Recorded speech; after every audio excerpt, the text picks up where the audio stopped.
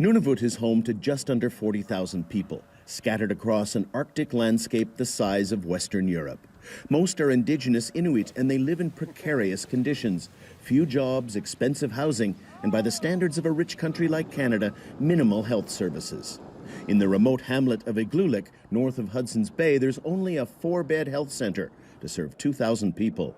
We have a health system that is already at capacity, beyond capacity, really, and that it can't really burden much more.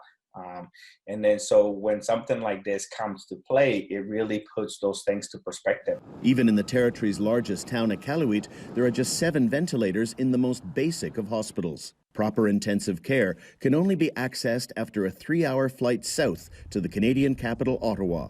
The people of Nunavut are also far more likely than other Canadians to have pre-existing medical conditions that are aggravated by COVID-19.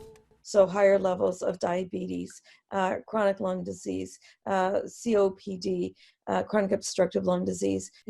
Given coronavirus tends to target those people with underlying health conditions, it's very concerning. So Nunavut has effectively gone into its own version of social isolation. No casual outside visits are allowed. Returning residents can only come home after they've quarantined for 2 weeks.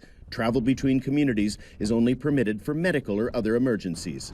Even a low number of COVID-19 cases would be catastrophic up here. That's why there's a lot of local support for isolating the entire territory.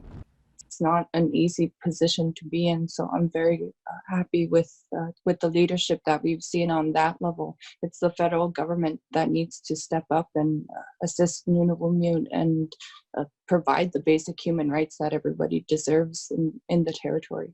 Even before this pandemic and the near shutdown of the global economy, Nunavut had lower life expectancies and higher rates of poverty than most of Canada.